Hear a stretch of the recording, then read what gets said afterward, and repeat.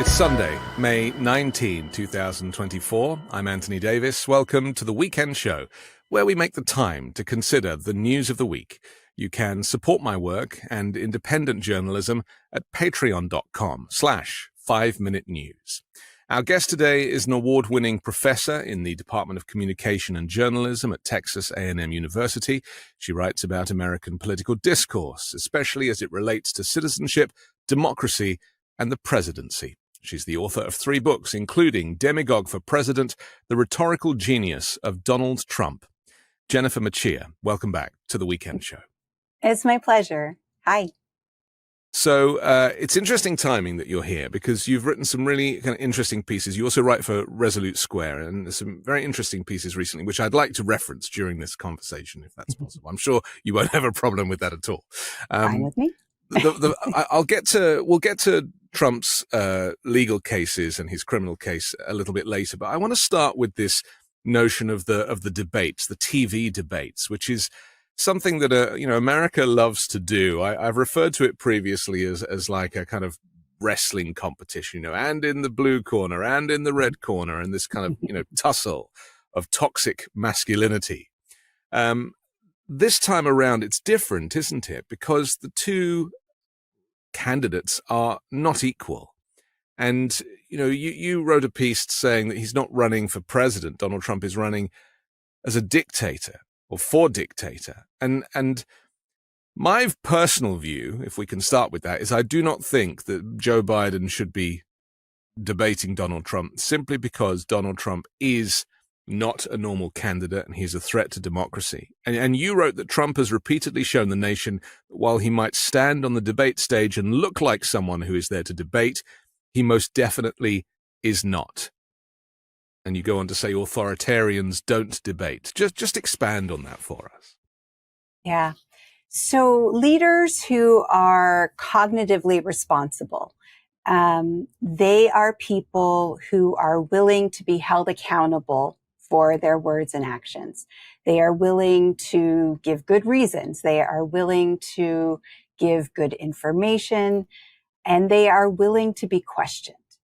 Authoritarians are cognitively irresponsible. They are not willing to do any of those things. In fact, they would much prefer if they could just simply say, because I said so, and that be the end of it. Donald Trump is the second kind of leader. He is a cognitively irresponsible leader. He refuses to actually debate. He doesn't give good answers. He isn't open to being persuaded. He doesn't even try to persuade. He tries to humiliate. He tries to control the conversation, to belittle, to interrupt. He uses fallacies that would get any debater in high school or college disqualified from debate. In all ways, he does not debate. Well, we saw that especially with Hillary Clinton, didn't we? And yes, that's going absolutely. back to 2016, where he was physically aggressive towards her, standing close behind her, and really trying to intimidate her.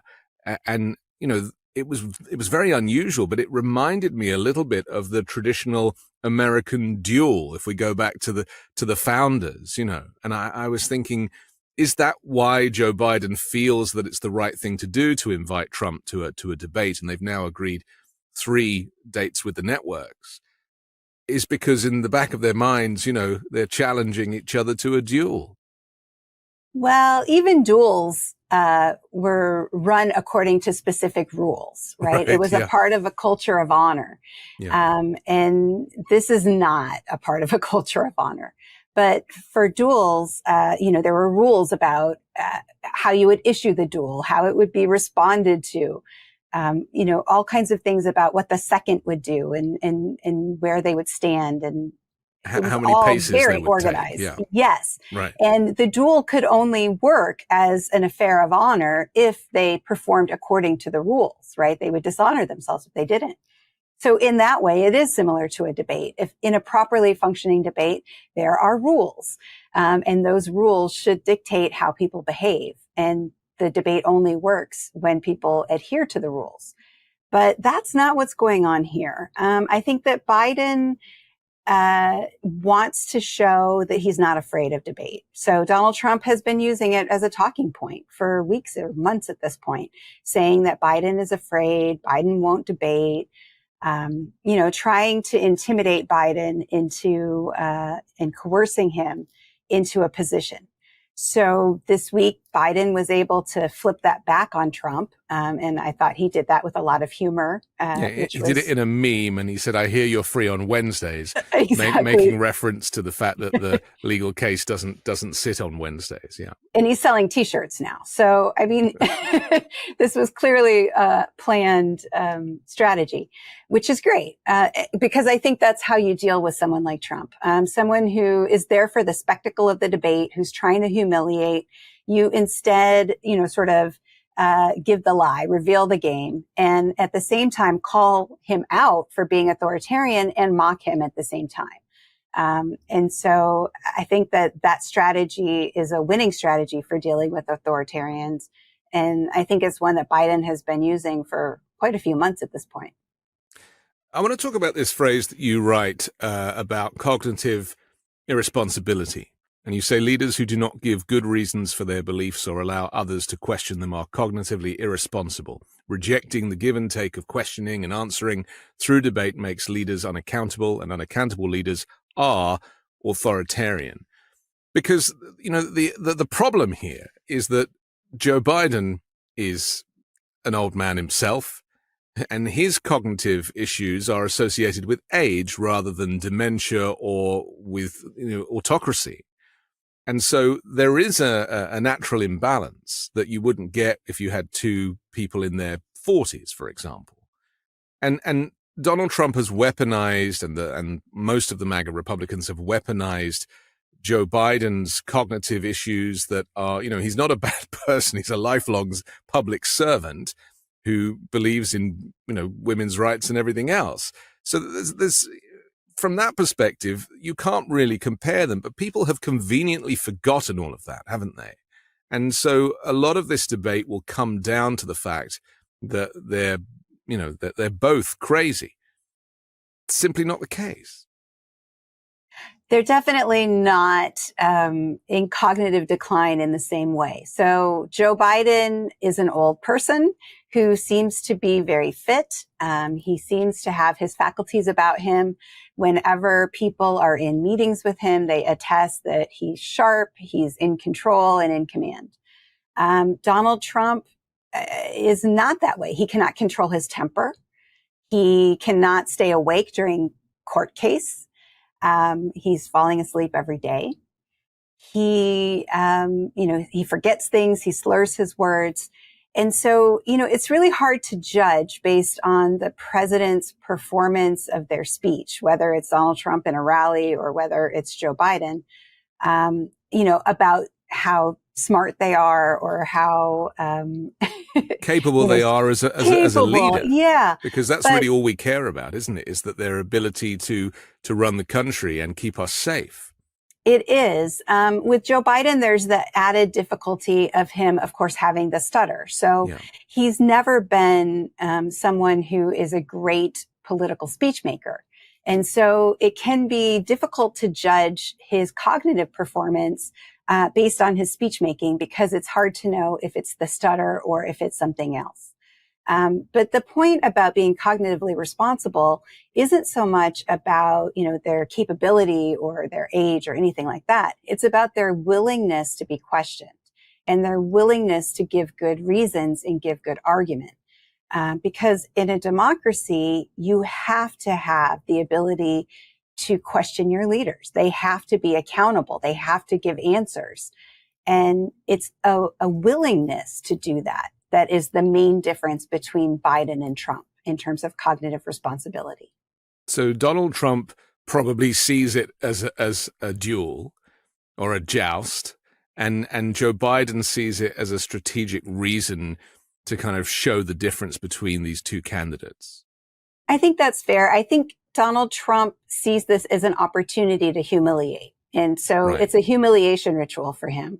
He wants to call Biden out on the stage and he wants to mock him to his face. If you recall the first presidential debate between the two of them in 2020, Donald Trump was a rage ball. Yes. He interrupted 128 times. It was absurd. And that's the kind of thing that I think that we can expect again, because Donald Trump thinks that that makes him look strong. He thinks that it makes him look like he is the better leader because he's the strong man. Strong men do not act like that. That's how babies act. The point that I've been making in the last few days since this subject came up is that in Joe Biden agreeing or even requesting to debate Donald Trump, it's legitimizing somebody who should remain illegitimate. And, you know, it's as simple as we've got this guy who is akin to Hitler in so many ways, right? That's the trajectory of where this country will go if Donald Trump takes the presidency. And really, everybody, Republicans and Democrats, should want this guy gone because of the danger that he presents to American democracy. Inviting him into a television studio, which is lit and produced and has music and all of the stuff that, the show business, all it does is it authenticates somebody who is completely inauthentic. That's my concern. And I worry that as a European, I'm looking at it going, no, like this should never happen. But Americans love, the wrestling match, and they love the kind of competition, the competitive aspect of this. And they also love the show business. That's right. They do. And here's the thing is that Biden debating Trump doesn't legitimize Trump. Trump is being legitimized by the Republican Party, unfortunately, right? And so the Republican Party ought to have rejected him completely. They should have prevented him from running. They should have prevented him from being on the ballot during the primary. They should have forced him to debate those people who were running against him in the primary. They have done none of those things. They are the ones that have legitimized Donald Trump's candidacy. Because you're right, he's not running for president, he's running for dictator. And you would think that in America, where we like to think of ourselves as a democracy, that we wouldn't allow someone to run for dictator. But we are. That's not Joe Biden's fault. Unfortunately, he has no control over it, right? That is the Republican Party's fault. I mean, it's very sad. I feel very sad about it, really. And I feel very sad about how excited everyone's getting about these debates. And to me, it really is, it's like Roman times, it's like the gladiators in the Colosseum. It's going to be messy. The other issue that we haven't mentioned is the fact that the moderators in this country are not really experienced enough to hold Donald Trump to account during this program. And I'm only speaking based on all the moderators that I've seen in all the previous debates. I used to work on debate shows on British television, so this is my area. And they simply do not know how to control the situation. And it would be fine if we could trust that the journalists would be asking A, the right questions, and B, know how to moderate and control. But I fear that neither of those will be achieved. Well, maybe they should get you to consult with them. No, I really don't want to do it. I don't want to have anything to do with it. Keep me out of this. But this is the point, though, isn't it? Is that TV news here is infotainment, and it's and there's a lot of propaganda, and it really, getting to the truth and really holding people to account, especially politicians, is not something I see in American news. I think that's right. It's very difficult to hold Donald Trump accountable. I've watched interviewers try to do this for 8 years. I've seen how he just steamrolls over them.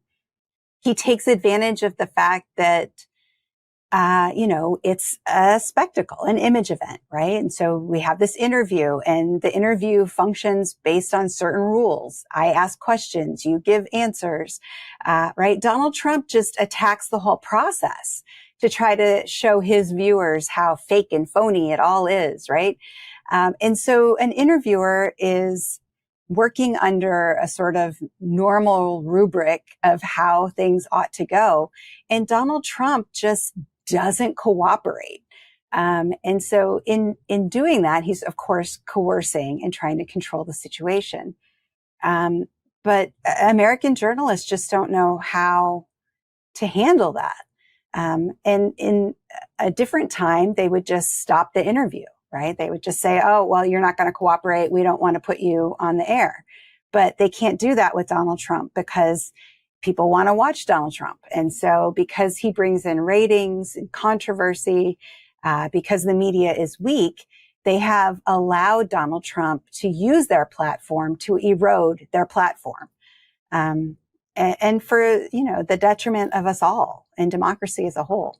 The media is also for profit here as well.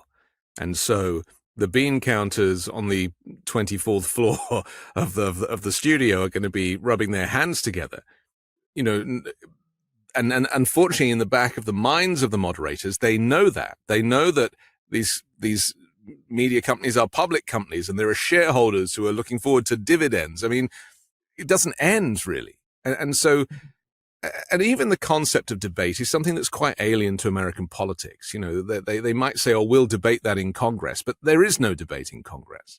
No. Someone makes a statement, nobody has to listen. Then somebody else makes a statement, nobody has to listen. And if you've seen the British Parliament, and I'm sure you have, it's you really do get a debate and people talk directly to each other. They just say, Mr. Speaker, at the beginning and end of every sentence. That's right. Somewhere behind me is a book from one of my college professors, Bob McChesney, called Rich Media, Poor Democracy. And he wrote that in 1998. And it's certainly, more true today than it was then. For-profit media doesn't know how to handle someone like Donald Trump, who is, a demagogue of the spectacle, who takes advantage of the opportunity of the spectacle, whether it's debate or, the daily news, to run his demagoguery. And he knows about ratings. I mean, that's all he really cares about. He knows how it works. Absolutely. Absolutely. He's authoritarian P.T. Barnum. Yeah. And they don't know how to deal with that because, as you say, they're for profit. And because of that, the mandate of audience and attention and outrage and engagement, all of that, trumps democracy. It's so sad that his name fits in these types of sentences, isn't it? It really is unfortunate that he still seems to get top billing. The other issue is that Joe Biden thinks, because I don't believe that he is cognitively impaired, and you're right, how he speaks is obviously a separate issue, but he's very sharp. He gave a great State of the Union address. Even Republicans were celebrating him for that. But this is different, isn't it? Because this is more of a lion's den. It's a 2 or 3 way rather than a 1 way. And a 1 way is easier. If you've eaten well and you're well rested, you can do a 1 way speech. But the moment that you're into any kind of, multiples, it does become problematic, especially if you have a speech impediment and it requires people to be so agile. And it's hard. I mean, I used to train politicians for these debates, and even some of the sharpest people, they just froze when it came to this kind of environment because the pressure really is on. That's my other concern for Joe Biden, is that in his mind, he's taking his potential into account. But when it comes to it, it's going to be very different. Well, I mean, you might be undermining Joe Biden here. He has debated. I'm underestimating him. I wouldn't undermine thank him. You. Thank you. Okay. That was the proper word. Yeah. Underestimating, because he has debated a lot. He's in fact debated Trump, and probably won, I would say. And in his State of the Union, both this year and last year, he faced a very combative Republican audience, which he bested in both cases to their faces. And so I think that Joe Biden is up for the challenge, I mean, but again, even that framing is sort of cage matchy, right? Yes. Right? Like it's WrestleMania, and we're not here to learn about the platforms of the presidents. We're here to see, who can survive the Thunderdome or whatever. I mean, we're even getting into Mad Max territory now, Jennifer. And that I in don't itself is part of the problem, isn't it? Now, it is. If you and I were advising Joe Biden, and this is not a plea for a job, this is just off the record, my advice to him would be to use 3 words every time Donald Trump opens his mouth with stuff, and that is, that's a lie. It's short, you can get it in quickly, it'll be heard over the Malay. That's a lie. He says something else. He says again, that's a lie, then goes on to what he wants to say. It's really important to kind of call out the lies in the moment. And that would be the advice I would give. What advice would you give to Joe Biden to handle the demagogue next to him?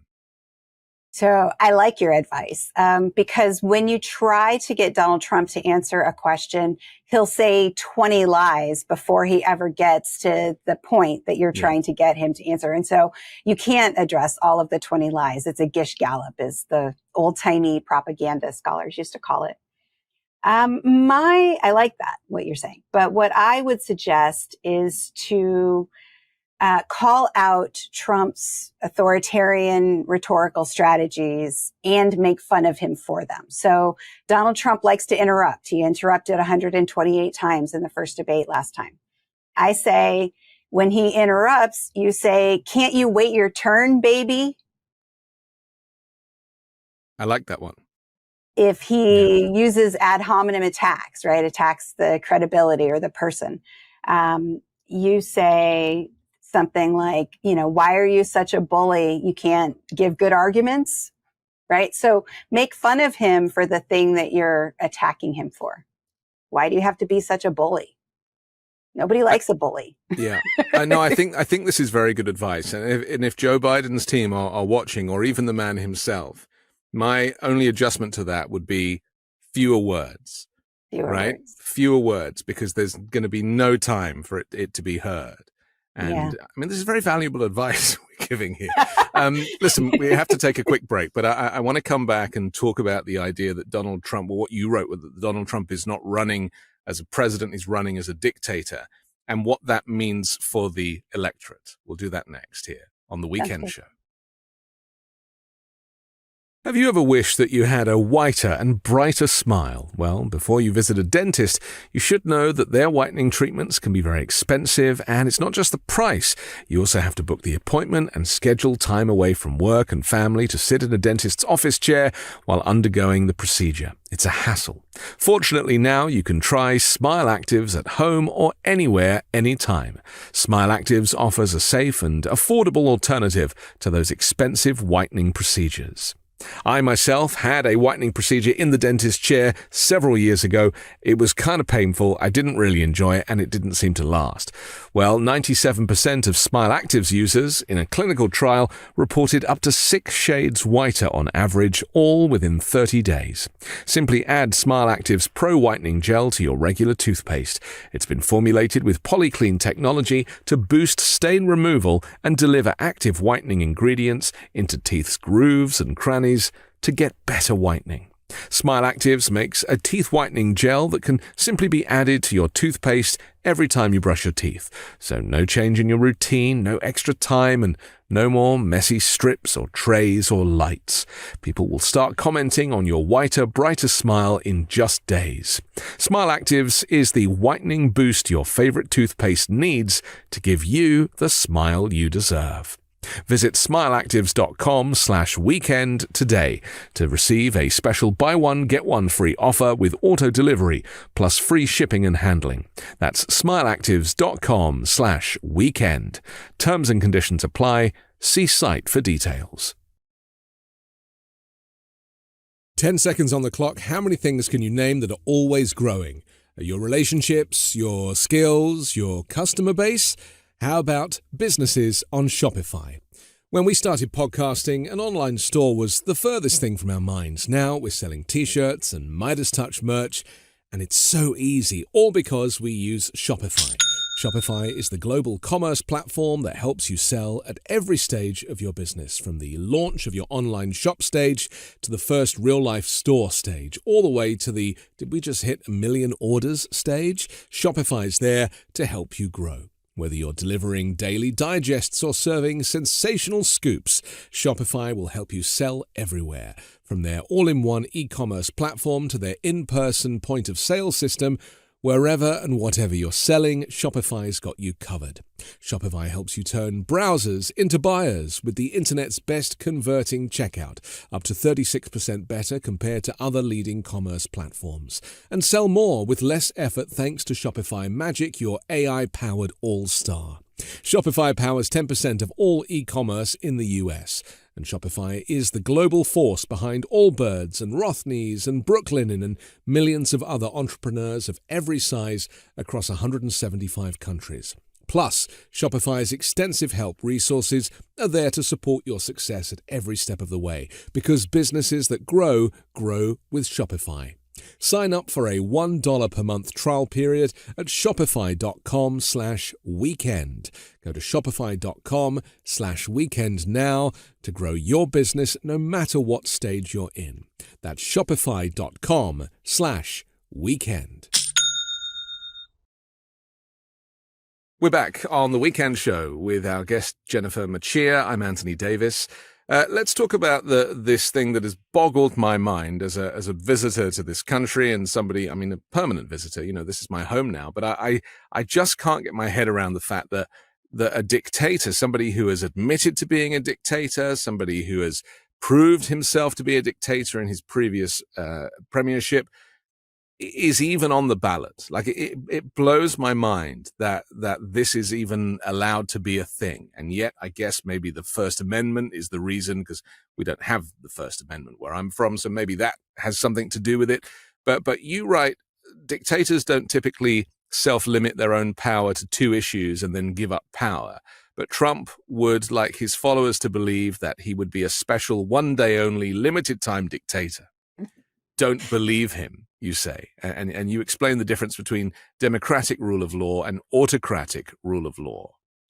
Trump is running as a dictator. Let's talk about this notion of why people are conveniently forgetting that it's this serious. Yeah. So you used the word normalize earlier today. And I think that is exactly what has happened over the last 8 years. So to just say what that means, normalization is the process by which something that was once unthinkable, absolutely bizarre, befuddling, just couldn't possibly happen, begins to seem like common sense, right? And so 8 years ago, Donald Trump was bizarre. He didn't make any sense to people in terms of a political figure, a political leader. But 8 years later, and now all of a sudden, well, not all of a sudden, through the process of normalization, he makes a lot of sense to people. And so, for a long time, people would say, well, at least we're still shocked, by this behavior. At least we're still shocked. He says he wants to be a dictator on day one. At least that's still shocking to us. For most people, it has become common sense. You hear, the far right fringe and more it being mainstreamed, things like, well, maybe we need a monarch. Maybe we need a dictator. Maybe, things are so chaotic that this is what we need in this country to solve these problems, as a strong leader. This is precisely the argument that all autocrats have always used to gain power. They create the conditions by which their leadership seems to make the most sense. They make us believe that things are so chaotic, that everything is so scary, that we should give up our power to this strong leader. Historically, this is the way it's always worked. And so when you know all that, you know that history, and you see it play out, in your lifetime, it is befuddling, and so That's where we're at today. We're at a place where we have someone who is running for dictator in this country, and his party thinks that that is a good idea. It is bizarre. Well, because all they really care about is winning, and how they win is kind of irrelevant, right? It's again, it comes down to this notion of competition being so baked into American culture. Well, at some point you have to recognize that democracy is for winners. Democracy is for people who accept winning or losing, right, as an outcome.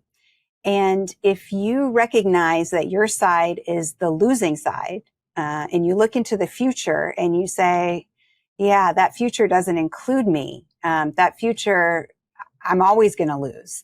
Then you start to doubt democracy itself. Then democracy starts to look like a bad idea for you and your side. And that's where the Republican Party is at. The Republican Party looks to the demographic changes that are happening, the more liberal policies that have been passed over the past 30 years in this country. And they think that future doesn't include us. We can't win elections under those conditions. And so maybe we just won't have elections anymore.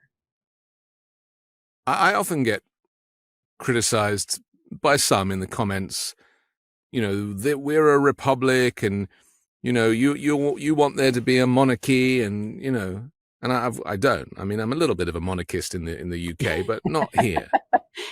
But ironically, those same people are also the ones who are now considering dictatorship as an alternative to a constitutional republic, and they're actually kind of going, well, maybe we do need a dictator.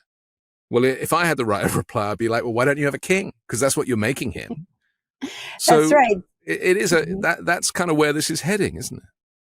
Well, if you look at the arguments throughout world history, the divine right of kings, I can't say the German word, the Führerzimtpip, I can't say it, the right of the Führer to have total authority. There's lots of different theories for authoritarian leadership. You can always find somebody who's willing to write an authoritative account in defense of authoritarianism. And so, yeah, I mean, throughout political history, you can find this sort of give and take between authoritarianism and democracy. We are at what might be the tail end of a pretty significant democratic push, right, in world history. Democracy spread throughout the world. It became even more egalitarian over time, specifically in the US since the 1960s, but, in other places as well. And that's very threatening, right? There's a cultural theorist named Raymond Williams who wrote about dominant, emergent, and residual cultures. And for a while now, democracy has been emergent and then dominant in the United States and around the world. But that is being pushed back all over the world. In fact, there's elections in like half of the nations this year. And in a lot of those nations, there's going to be a choice between autocracy and democracy. And, we don't know how that's going to play out. There's a lot of worry among democratic erosion scholars. A lot of people think that it's different this time because Trump is not the incumbent. So whereas before he refused to leave the White House and did not succumb to the peaceful transfer of power, but this time he's not in the White House. I mean, he might think he is in his mind. And I know he has like a mock-up of it in his office in Mar-a-Lago, but he isn't going to get in unless he wins. But either way, even if he loses, and some are predicting that he may lose by a significant margin, and so much of the energy surrounding his campaign is bluster, comes from him. I mean, he doesn't have much support outside the courtroom, doesn't have much support at rallies. He isn't the success story he claims to be, and he's also lost twice recently. So it could be the case that he loses by a large margin, and then we hear the same rhetoric, which is it's all rigged. It's election interference, and then something else like January 6th, possibly bigger. It's possible. It's certainly likely that Donald Trump will reject the results if he doesn't win. He's told us that in 2016 that he was going to do that. He did it in 2020. It's pretty easy to predict that in 2024, if he doesn't win, then he will still claim that he won. I call him the pretender to the presidency. We've never had one in the United States before, but like the pretender to the throne, in your country, in your country's history anyway, right? There is someone who believes that they are the legitimate ruler, but they're in exile. And Donald Trump sees himself that way. He sees himself as the legitimate ruler of the United States in exile, and that he will reclaim the throne. You're right that he's going to have a harder time getting into the White House than he did trying to stay in the White House. I think that it's a bad bet if you are someone who might be inclined to give your life, right, in the service of Donald Trump's presidency and hopes for power. I think that what he has shown us over the last 4 years is that he wants loyalty from you, but he's not going to be loyal in return. And, the people who did the insurrection. What's the verb? Insurrected. The insurrectionists. The insurrectionists who attacked the Capitol.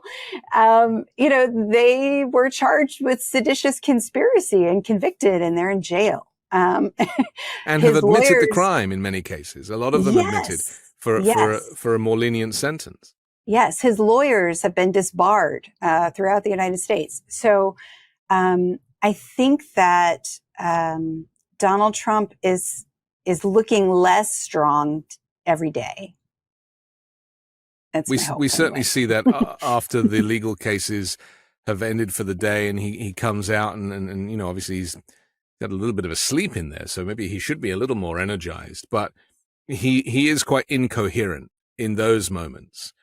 And we saw on, I think it was on Wednesday or Thursday, we saw Lauren Boebert and a bunch of MAGA Republicans. They're all now going up there and trying to, act like heavies, like henchmen, and to give the impression that, they are supporting Trump. But Lauren Boebert's kind of final plea to the cameras was, what's the crime? No one here knows what the crime is. Donald Trump doesn't even know what the crime is. There's no crime. What's the crime? And this is something that Trump repeats when he comes out of the courtroom. So there's no crime. Right. And by getting everybody on board with this rhetoric means that it does filter down into the MAGA base. And people who live in that world, they do see all of these legal cases against him as kangaroo courts and as something that is done for political purposes because Trump has told them so. Sure, there is a crime. There's a few crimes, yeah.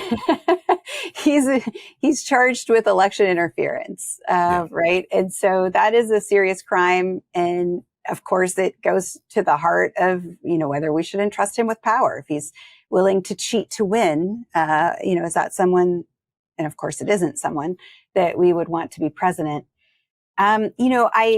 When Michael Cohen was first charged, I think in 2018, I wrote about how the Trump team responded to the charges, that he was an unindicted co-conspirator. And at that time, you could see very clearly, this sort of propaganda strategy that coalesced between Rudy Giuliani and Fox News. And they, Alan Dershowitz, I think as well, they just kept saying that it was like jaywalking. What has he done? Yes. He's done nothing. It's unfortunate, but it's a trivial thing. It's like jaywalking. And, the American people, they don't care about this kind of thing. They support Donald Trump. And they're very clear, apologia strategies. So apologia is the speech of self-defense. Sounds like apology, because that's what apology is. They're tried and true, tested strategies, and he's able to, as you say, get people to repeat them and coordinate these messages. And I love to see the people who are Trump supporters sit behind him in the courtroom, and come out with their matching outfits and all of that. It's a cult of personality, and autocratic leaders always insist on having a cult of personality around them, meaning that they want a group of people who appear loyal so that they appear more powerful. And those loyal supporters, pledge their fealty. In so doing, by dressing the right way, by repeating the talking points, they get the sort of glow and the aura of the leader to be a part of them, right? And so, it's very North Korean, I would say. It is, right? It is, but it's also, it's Mussolini, it's Hitler, it's right, Franco, it's a lot. Every autocrat. Like I said, the more you know about how autocrats work and the strategies that they use to make themselves seem more powerful than they actually are, the more transparent it is, and it's just so clearly the matching outfits were a real tell, right?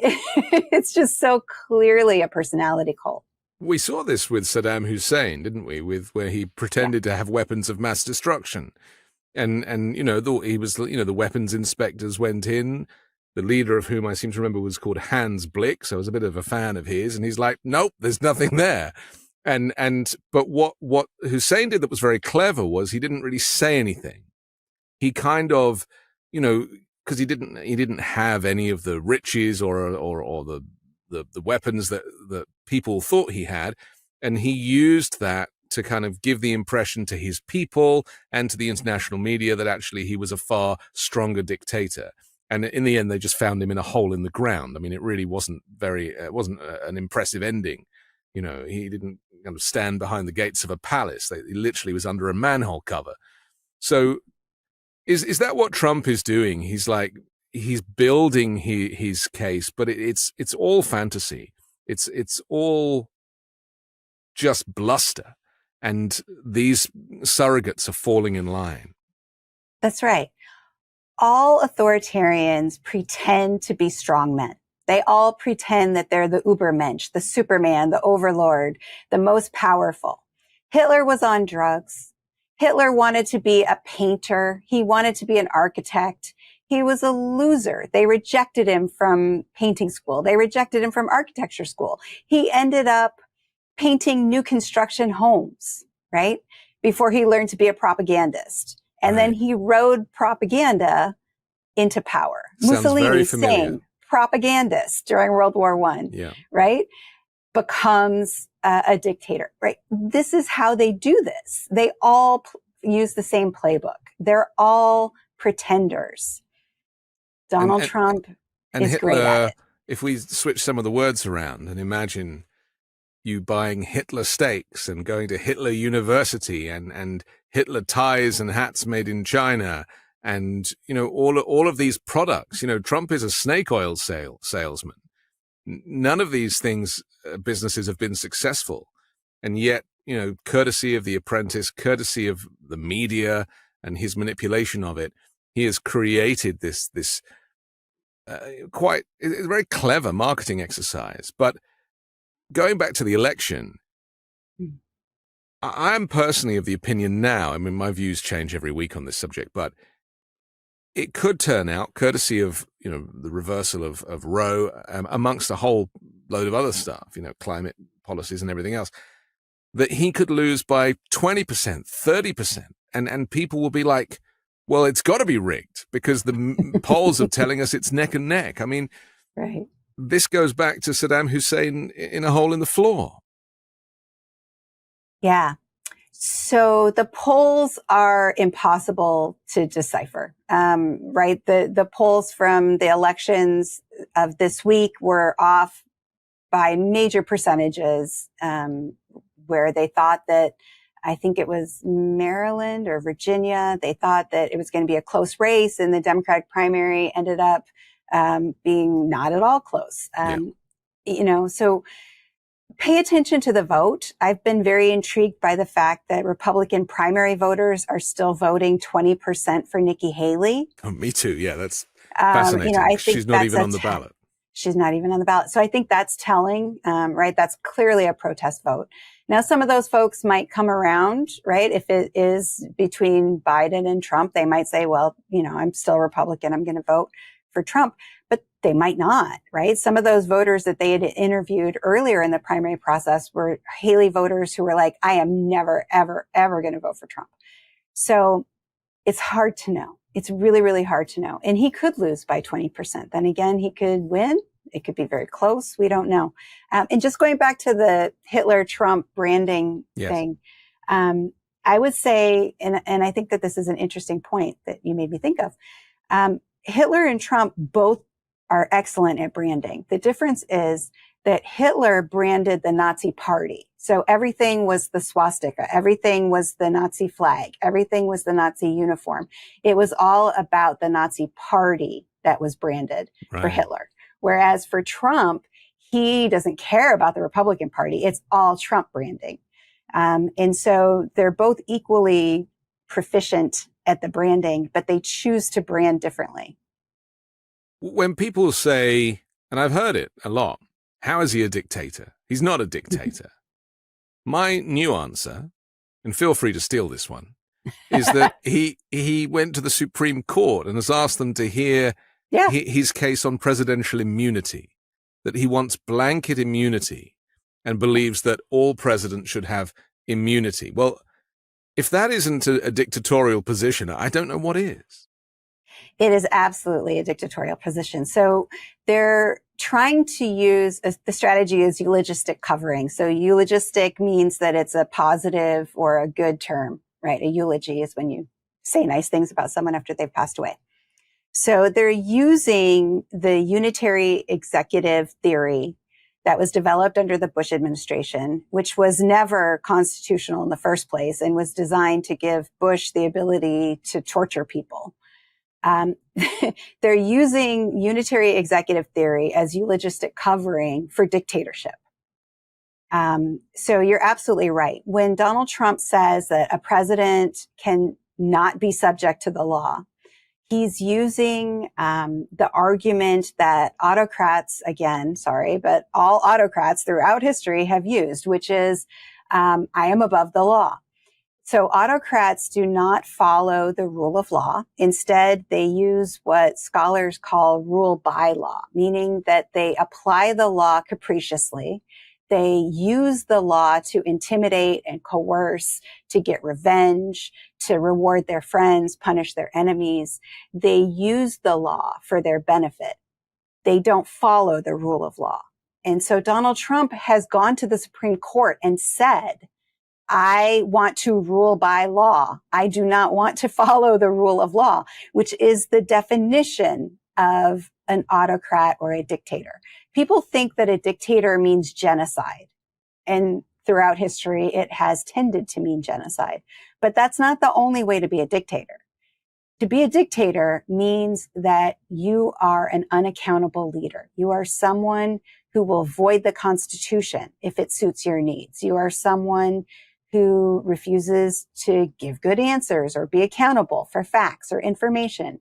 It means that you want to rule by law, follow the law to, reward your friends and punish your enemies. And Donald Trump is all of those things. And he's already done all those things. I mean, he's already done all those things. He pardoned Michael Flynn, who twice lied to the FBI. He pardoned Roger Stone. I mean, famously, there's a photograph of them both holding up their pardons, their presidential pardons, and grinning. I mean, it's a game to him. And we know exactly what his presidency is going to be. And that's why when the media got hung up on that line, I'll be a dictator for one day, it was so frustrating to me. I don't know how you felt, but to me, it was so frustrating. It's like, have you ignored his 4 years in the White House where he behaved like a dictator? I mean, even extending the direction of the hurricane on the storm on the board because he didn't want to be called out for saying the wrong thing is a dictatorial action. And yet the media completely dropped the ball on that on day one line. And I pulled out all of my hair. I can see that you did. Yes. The media allows Trump to set and define the reality of the day. They allow him to frame not only, what are the most important stories, but how we should be thinking about those stories. I've never seen anything like it. For 8 years, this one person has been able to completely control what our reality is. Yes. And if you remember the interview with Sean Hannity, where he said this thing about being a dictator, he actually mocked Hannity for not believing him, because Hannity was trying to help him out. He was trying to backpedal. He's like, well, you don't really mean that. You just mean you're going to be, you're going to get stuff done. And Trump was like, no. And he's like talking to the crowd. He's like, oh, this guy, I say, I'm going to be a dictator on day one. And he says, no, no, no. Yes, I'm going to be a dictator. Yeah. Like, no, he really will. I don't know how else to say it. He is someone who believes that because I said so is the only thing that should matter. We should do exactly what he wants us to do because he said so. That is a dictator. That works, if you're the parent of a 3 or 4 year old, but it doesn't work even, for a 5 or 6 year old, right? Because I said so is cognitively irresponsible. It's fundamentally anti-democratic, meaning that it is fundamentally autocratic. That is who Donald Trump is in his essence. He follows no rules, right? He avoids all accountability. You teach a propaganda class, and there was an article in the Atlantic entitled "The New Propaganda War." It said autocrats in China, Russia, and elsewhere are now making common cause with MAGA Republicans to discredit liberalism and freedom around the world. And you said so much of what you think you know about the world is part of a narrative laundering strategy, a cooperative effort between enemy nations and useful idiots and stooges in the US. Is that what we're seeing here? Because I was very interested in what you said about how he kind of recreates our reality. And I genuinely think that's what it is, because we need to wear a watch because we need to know what time of day it is. We want to, if the sun doesn't rise in the morning and set in the evening, then suddenly things are very confusing, right? Don't visit Iceland. And so I get a sense that he's done that. He's literally almost changed our clock. And so we're living in the upside down. We are. Propagandists try to control our perception of reality. And so much of our perception of reality is mediated. We don't have direct firsthand experience with what's going on in Washington or what Trump's doing in Florida or in the courthouse in New York. So we have to trust others to give us that information. That information is, of course, mediated. It comes to us through social media. It comes to us through journalists. It comes to us through video. But all of that is easily distorted and framed. And so what we've seen over the last 8 years is information warfare.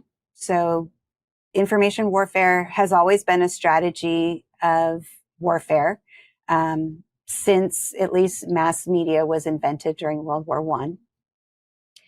And the strategies that they developed then have, of course, been embellished and improved, over the last 100 years. What's new is that the way that we are so connected has made it so that we are all nodes in the information war in a way that easy we to weren't infiltrate. before. Yeah. And we ourselves become information warriors because of the way that social media is designed. And And so whether you realize it or not, every time you open your phone, you are being attacked, right? Your mind is being attacked by all of these different memes and narratives, images, the repetition of which, makes it so that your brain remembers it, even if you don't consciously remember it. It becomes a part of your neural circuitry and the way that you understand the world. And the way that social media is organized to function on outrage and engagement trains us to respond with outrage and engagement. And so they've done research on how fast outrage content will circulate online versus non-outrageous content. And it's something like 10 times faster. When they interview people about the outrage content that they circulate, they find that people will circulate outrage even if they are not feeling outraged, because they know that that will get attention from other users. And so the apps and the algorithms train us on how to communicate as propagandists. But not just that.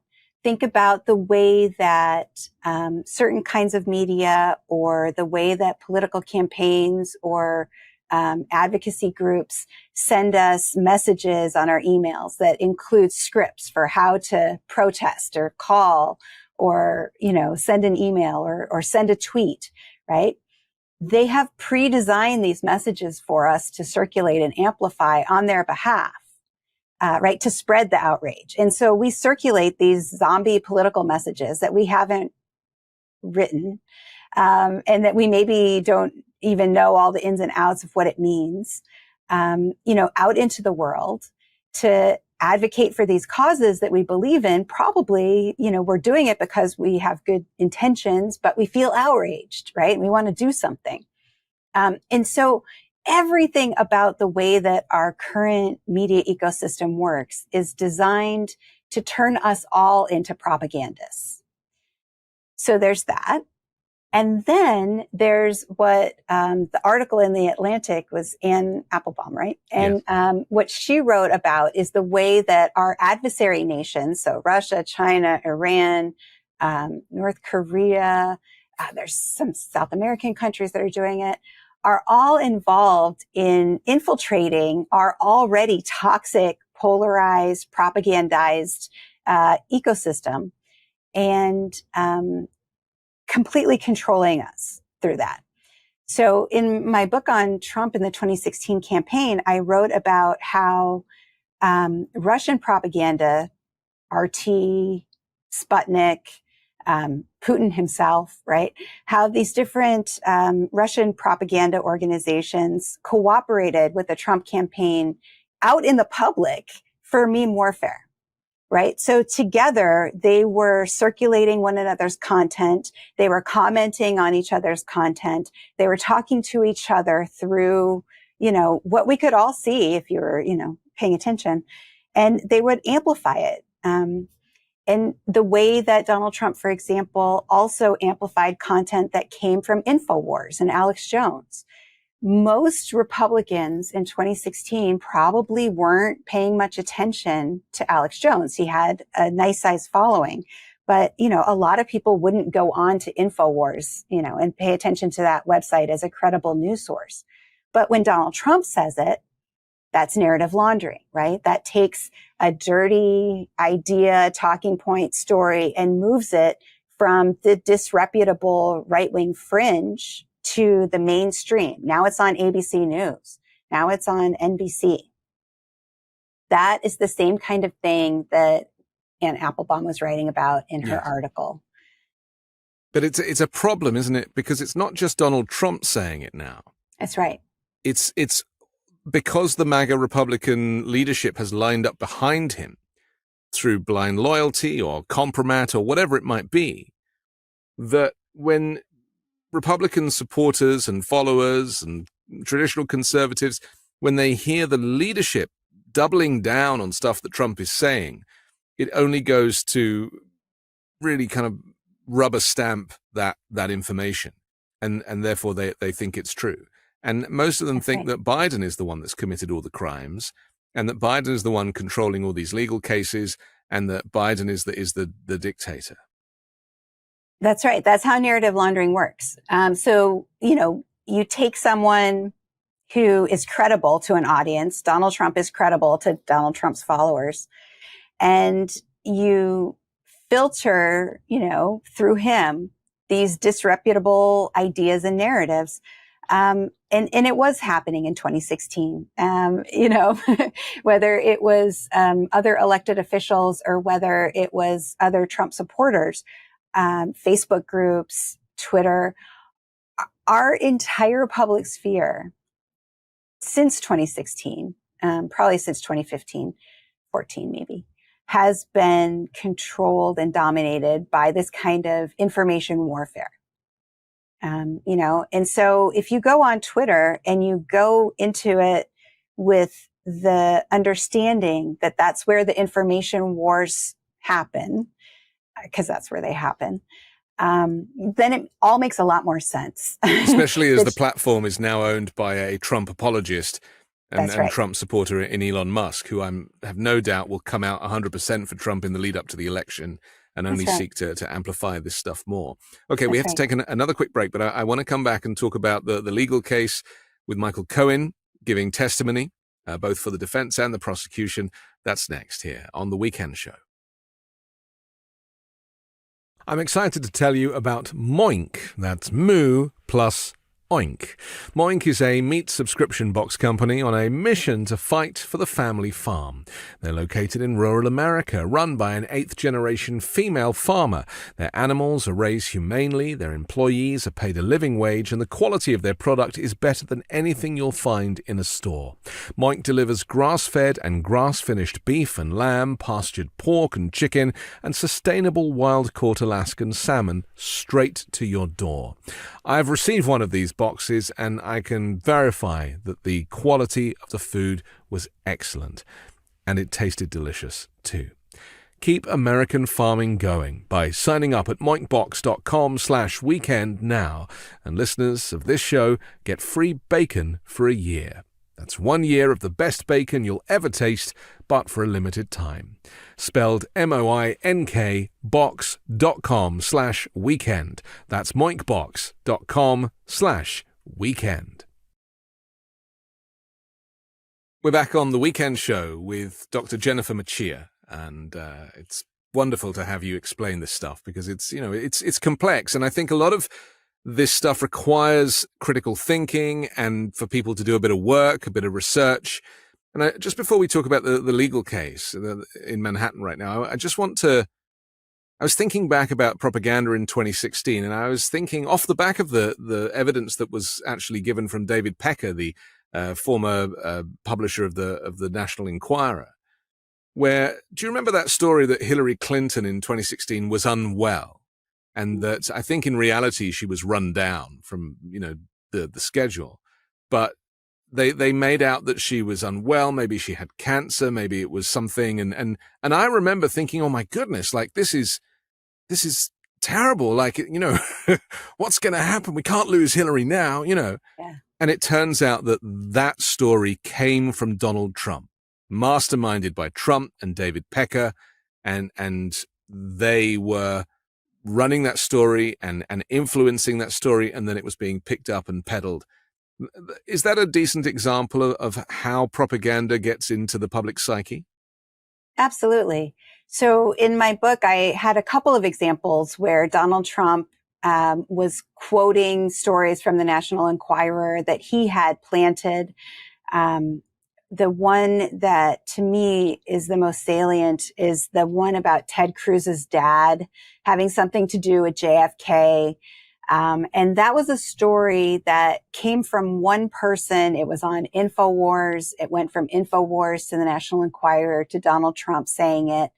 It happened at a crucial moment during the campaign. It was the Indiana primary. And, Cruz was still in it, and then he wasn't after the Ted Cruz Enquirer story. And the thing that was really interesting to me to reflect back on after hearing Pecker talk about it was the way that Donald Trump vociferously, indignantly defended this story in the media, right? So he of course recirculated, amplified it. He did it with a paralipsis. I'm not saying, I'm just saying, Yes. Which is what he does when he wants to spread conspiracy. But then when they attacked him, or the media didn't attack him so much as like say, we can't find any evidence of this. There's nothing to substantiate this. Isn't this irresponsible of you? He would defend it like to the death, right? He would say, they put it in there and they wouldn't have put it in there if it wasn't true. And they could get into a lot of trouble. And this is a responsible news organization. And so he would hang his credibility on the responsibility and the credibility of the Inquirer, knowing that it was a lie, right? Knowing that he had this reciprocal agreement with them and that it was all completely fake. And when I thought about that in his, indignant, vociferous, defense of the story, while knowing that it was a lie, it made me realize that actually you can't believe a single thing that Donald Trump ever says. Yeah.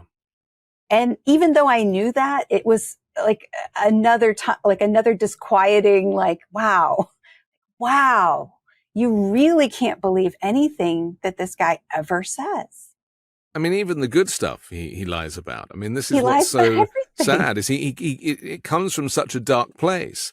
And to understand him is to understand childhood trauma and to understand growing up in an ivory tower and to understand, lack of personal relationships. And but again, it goes back to having to do the work. And the majority of voters, whether they're low information voters, I hate that phrase, but I appreciate it's one that is used here, and people who are just too busy trying to put food on the table to really get into politics and don't go to the polling place at all, or if they happen to, be available that day, they'll go and vote.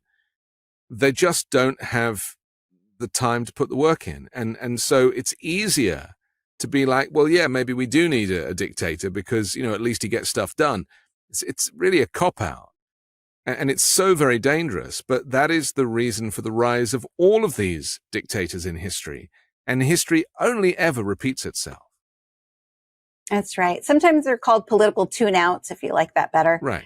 But I mean, part of it is this cynicism, right? And apathy and disengagement. But part of it is also just a realization that it's all a spectacle. This is political theater. Every day. And so in a way, it's not theater because there are real policy decisions that are being made. People's lives depend upon it. But, but the theater seems to go right across the MAGA Republicans. There's no interest in the effect on the electorate at all. That's right.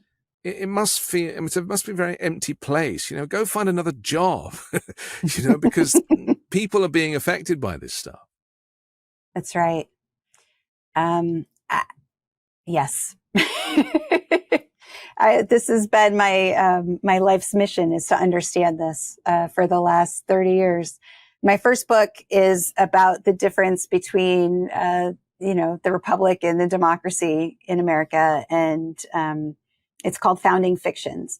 And I started off that book trying to understand political disengagement and apathy. This is in the 90s. Yes. And, what I realized is that the Constitution wasn't written for us to be included, right? We weren't active citizens by design. And so in a way, apathy and disengagement are logical responses to a system that wasn't designed to include us, that we weren't, given. Well, it was to separate the rich from the poor. It was to maintain the landowners and the white man being, reigning supreme and, keep the slaves in slavery until the amendments came along. And incidentally, Donald Trump's Bible that he's selling, which includes the Bill of Rights and the Constitution, is missing the slavery amendments. They only like the top 10.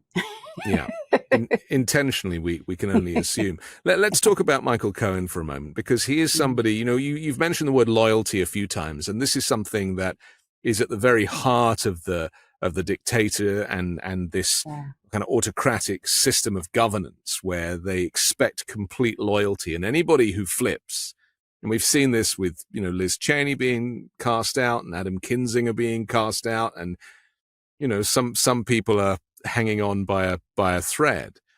But really, Michael Cohen was prepared to take a bullet for Donald Trump and was idolized him. And as a lot of people did when they first got to know him in the 80s and 90s, he was this kind of mythological character in a high tower. It's Rapunzel, but without the hair, I guess. Or maybe he just whipped up the length and wrapped it into a bird's nest. But my interest in Michael Cohen is twofold. I do believe that people can change. And I do believe that people can recognize that they made mistakes and that they have the ability to go straight. And I do think that Michael Cohen has done that. But really, in this election interference hush money trial, the whole trial really hinges on whether jurors believe Michael Cohen's testimony as to whether or not Donald Trump knew that this $130,000 was going as a payment to buy the silence of Stormy Daniels. How do you think it's going to play out with the jury? Well, there's a lot of corroborating evidence on paper. There's text, there's, signed documents. There's all kinds of things besides just Michael Cohen's testimony. Yes. There's Pecker's testimony. There's and audio recording of Trump as well. Yeah, there's a lot actually. But you're right. He's key. He's a tragic figure, right? Because you're right. I mean, he clearly is so loyal. He loves Trump so much, and Trump turns on him. And leaves him to be the fall guy for this thing. And it's and quite so in Roman, a way, isn't it? Yeah. And so, to me, he's a sympathetic character. And I don't know if the jury will see him that way, but from what I've been, following along, reading people's tweets, that's how I've seen him, be portraying himself. And to me, it's just sad for him. Can see how that would happen with someone like Trump. He does cultivate loyalty. He says it to his followers. He says it in rallies. He says it, in books, right? You could do a whole dissertation on Donald Trump's demands for loyalty, right? In all of the ways that he has said that phrase.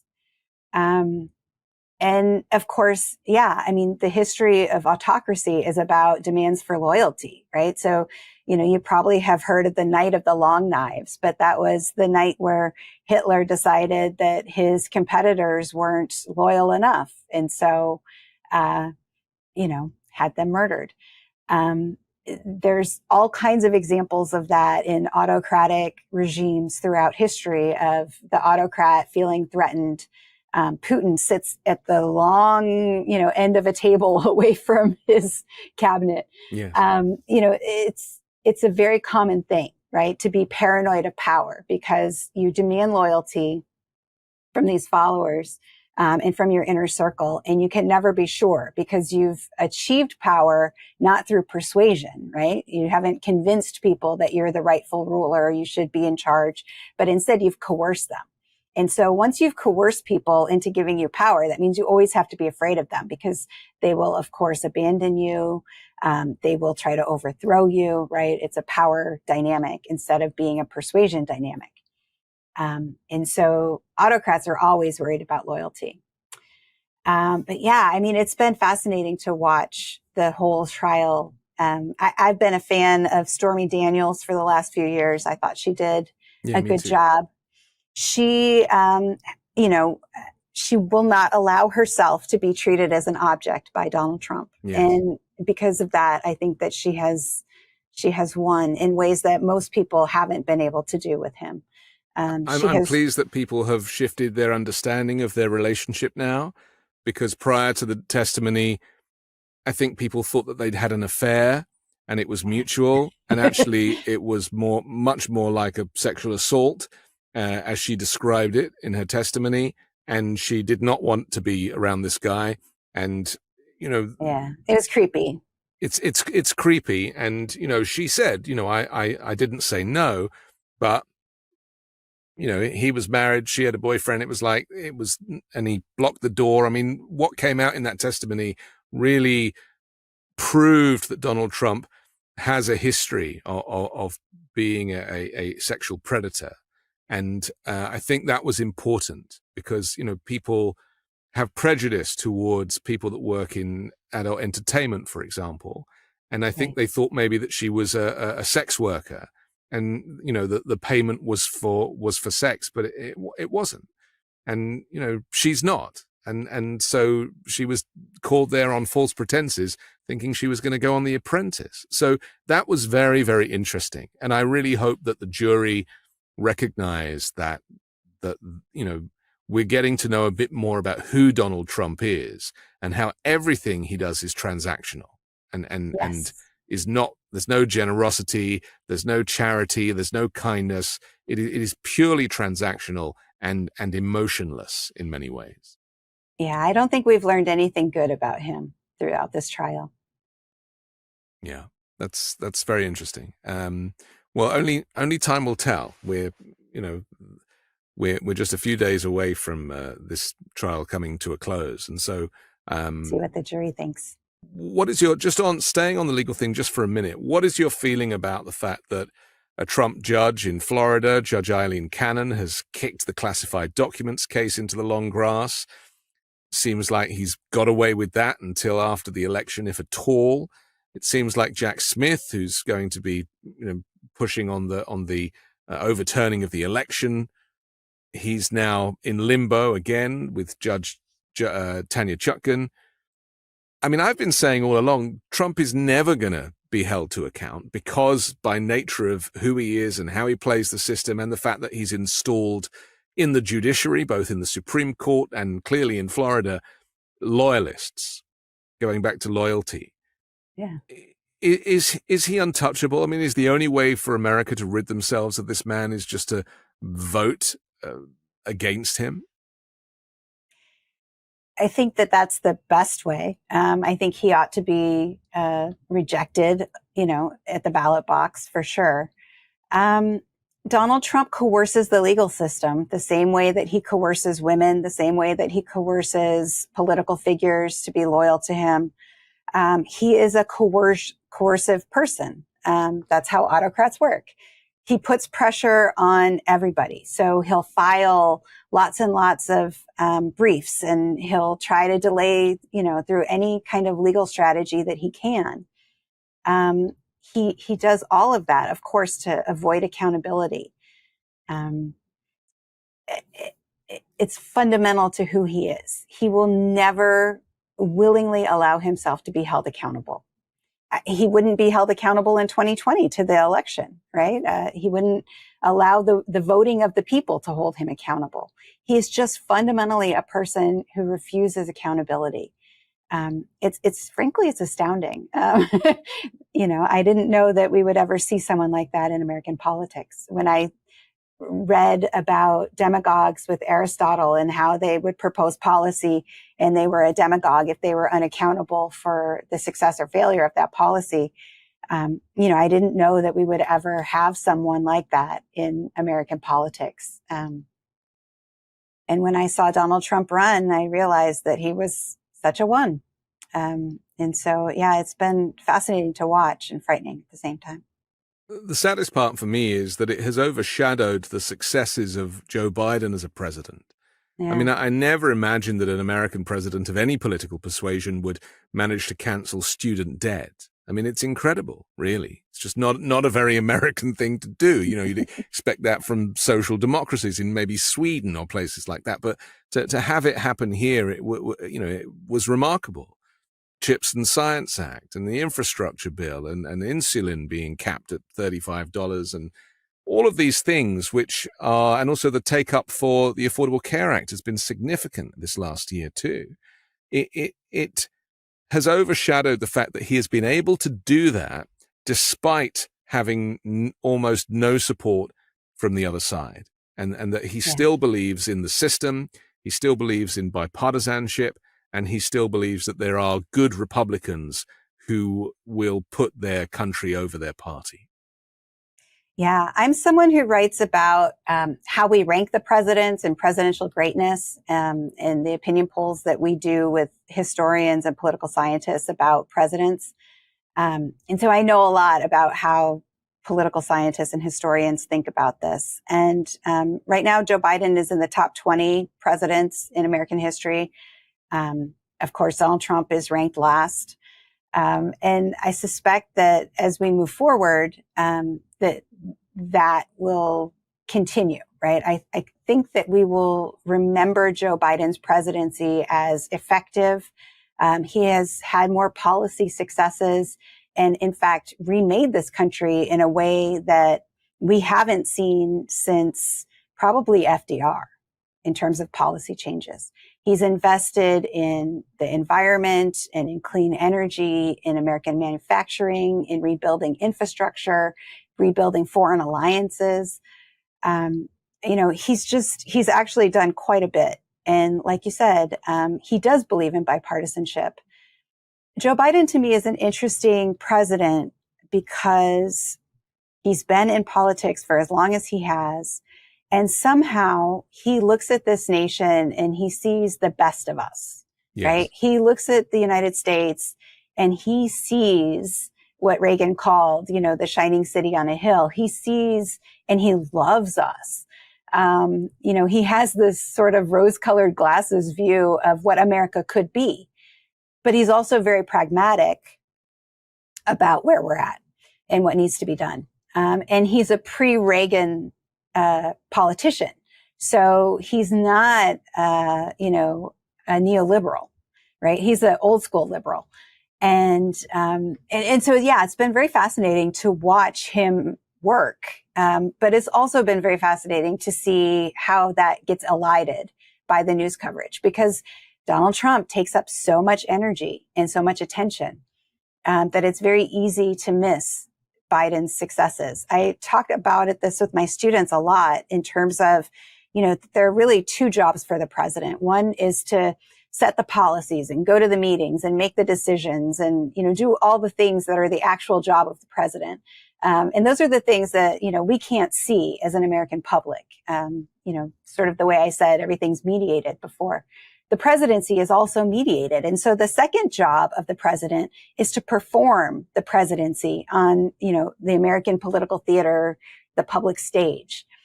And so we interact with the performance of the president, not the actual work that the president does as a public. And I think with Joe Biden, like other presidents in the past, that does a disservice to his record because we don't really get to see so much about what other people see in those meetings and all the work that he's done. And he's a president for all Americans. And I don't think that's something you could say for Donald Trump. Okay, we're going to have to finish, but I'm so thrilled for the opportunity to talk to you, and I very much enjoy reading everything that you write. So please keep on doing it. Jennifer Mercieca. Thanks for having me. I'm Anthony Davis. Don't forget to support me and independent journalism at patreon.com/5Minute News. See more from me on the 5-Minute News channel, and I'll be back with a brand new special guest and 3 more factual news stories to discuss here on the 5-Minute News Weekend Show with Midas Touch.